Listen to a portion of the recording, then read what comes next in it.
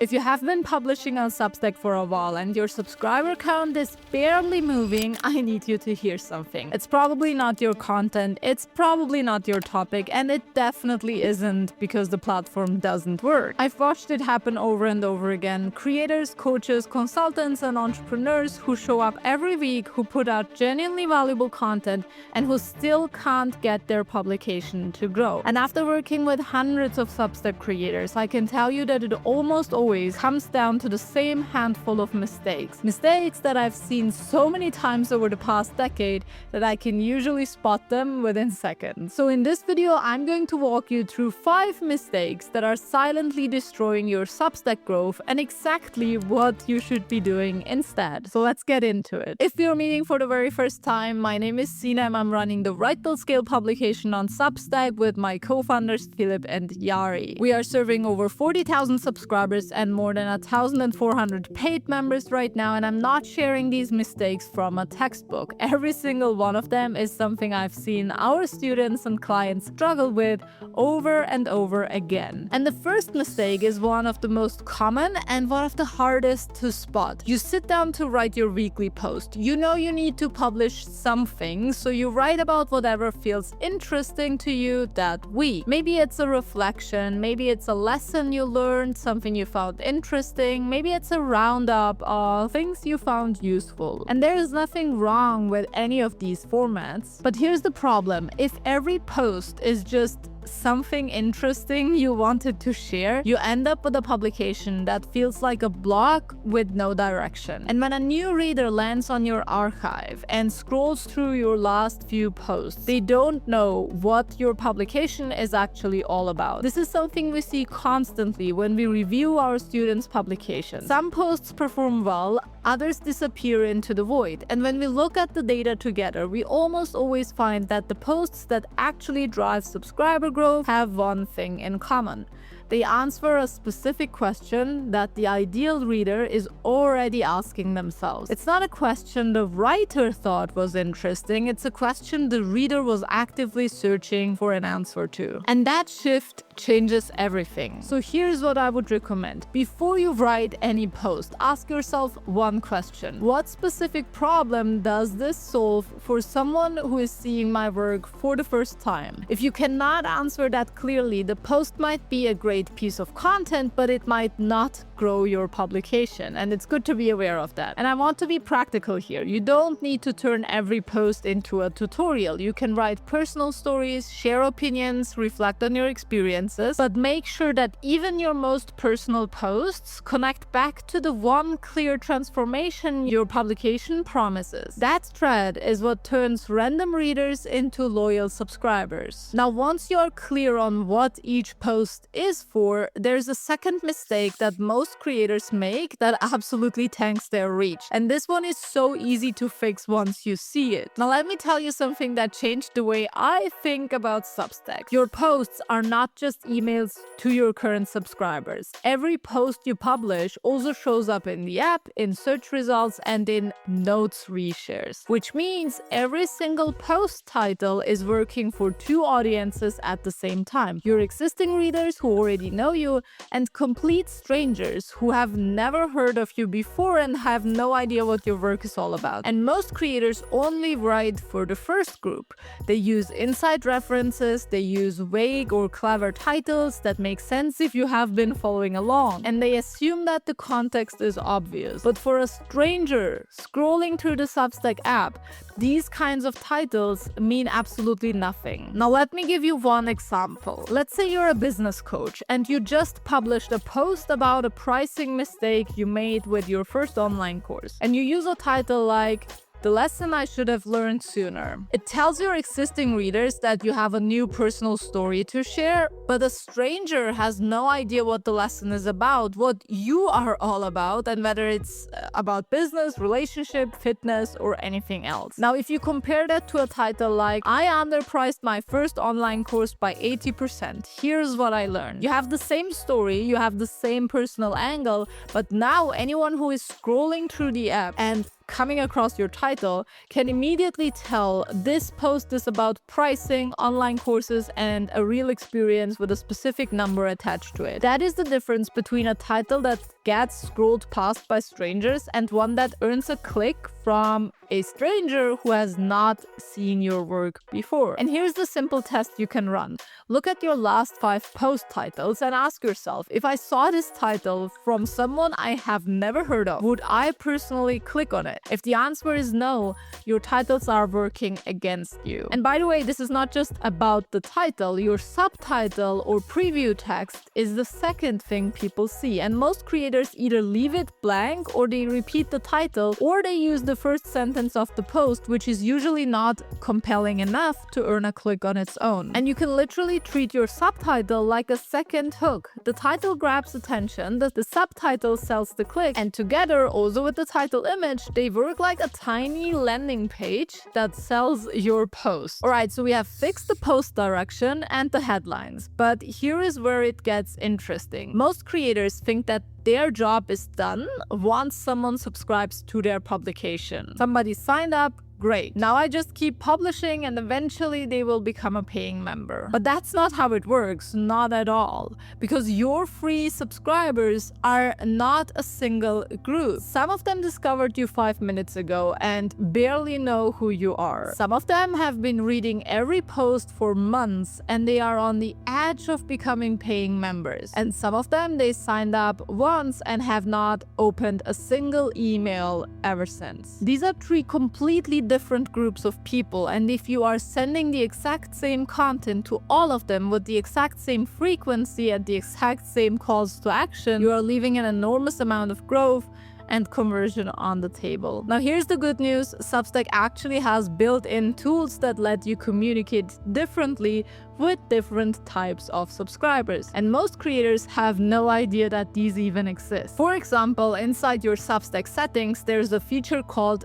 drip campaigns, and this lets you set up automated email sequences for different subscriber types. You can create a free to paid conversion campaign that sends a series of emails specifically designed to convert your free subscribers into paying members when they subscribe. You can set up a paid onboarding campaign to welcome your new paid subscribers and help them get the most out of their membership. There is an upgrade onboarding campaign for people who move from a regular paid plan to a higher tier, like the founding member tier. But there's also a founding member onboarding campaign for your most committed supporters. And there's even a win-back campaign that automatically reaches out to subscribers who have canceled their paid subscription but are still on your free list. Most Substack creators are not using any of these. They are sending one generic weekly email to their entire list and just hoping for their best. But think about what happens when you actually set these up. A new free subscriber gets a welcome sequence that introduces them to your best content, builds trust, and gently shows them why your paid tier is worth the investment. A new paid member gets an onboarding sequence that makes them feel like they made the right choice and shows them everything they now have access to. Someone who cancels gets a thoughtful series of emails that keeps the door open instead of just disappearing. That is the difference between a list that just passively exists and a list that actively moves people forward. And there is another feature that makes this even more powerful for you. Substack gives every subscriber an activity ranking. It is a rolling 30-day score based on email opens and web views, ranked on a scale from 1 to 5 stars. And this is measured relative to your own list, not against any external benchmark. This means you can filter your subscriber list by activity level. You can see exactly who your most engaged readers are, the ones opening every email and visiting your publication regularly, and you can see who has gone cold. This is incredibly useful because it means you can send targeted emails to specific groups. You could send a personal note to your 5-star subscribers, thanking them and inviting them to check out your paid tier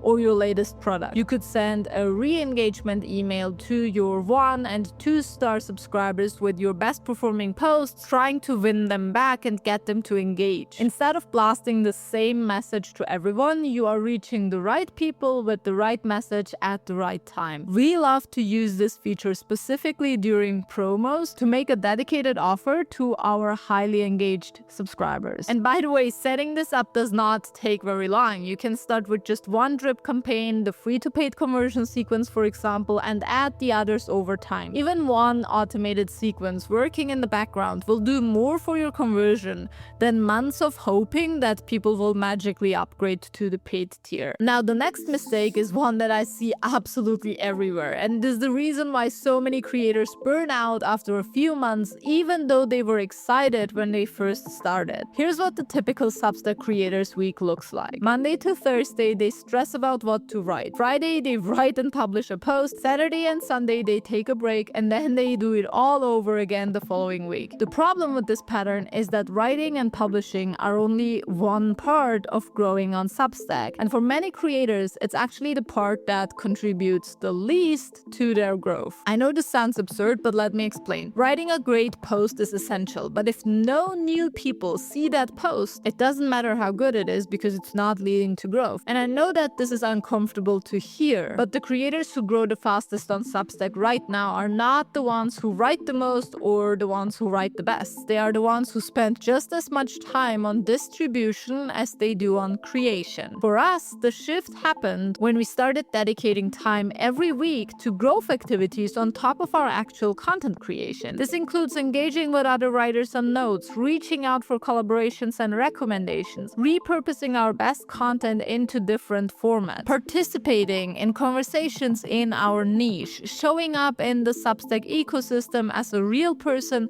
not just a publication that sends an email once a week. And I want to be specific about this because just be more active is basically useless advice. What actually works is having a set amount of time each week that you dedicate to your growth. Even 30 minutes a day, 5 days a week, spent engaging with other writers and their audiences will do more for your subscriber count than an extra post that goes nowhere and stays invisible. Because here's the thing most people miss. On Substack, relationships drive growth. Recommendations from other writers, collaborations, cross-promotions, being featured in someone else's notes. These are not nice add-ons. For most publications, they are the primary way new subscribers discover you, and they only happen with time in the ecosystem beyond your own publication. And that brings me to the fifth and final mistake. This is the one that almost nobody talks about, but it might be the most important one of all. There's a belief in the Substack community that goes like this. First, I need to grow my audience. Then, once I have enough subscribers, I will figure out how to make money. And I understand why people think this way. It feels safe. It feels like the responsible thing to do. But it's the opposite, and here's why. When you wait to monetize, you build an audience without knowing whether it will ever pay for anything. You might spend a year growing to 5,000 free subscribers only to realize that none of them are the kind of people who would ever buy what you have to sell. Because the content you created to attract them was optimized for free readers, not for future customers. We learned this lesson years ago when we developed and sold our first offers. So when we joined Substack, we knew that every piece of free content we published was also a step in a journey toward a paid offer. Not in a pushy way, not in a way that made every post feel like a sales pitch, but in a natural way that made sense for us in the back end. But in a way where every post demonstrated our expertise, built trust, and naturally led to the question, what else do you have? And here's the practical takeaway. You don't need 10,000 subscribers to make your first offer. You don't even need 1,000 subscribers to make your first offer. Some of the most successful creators we have worked with launched their first paid product with fewer than 500 subscribers. Because when your audience trusts you, the size of the list matters less than the depth of the relationship. So if you have been putting off creating a paid offer because you feel like you are not ready,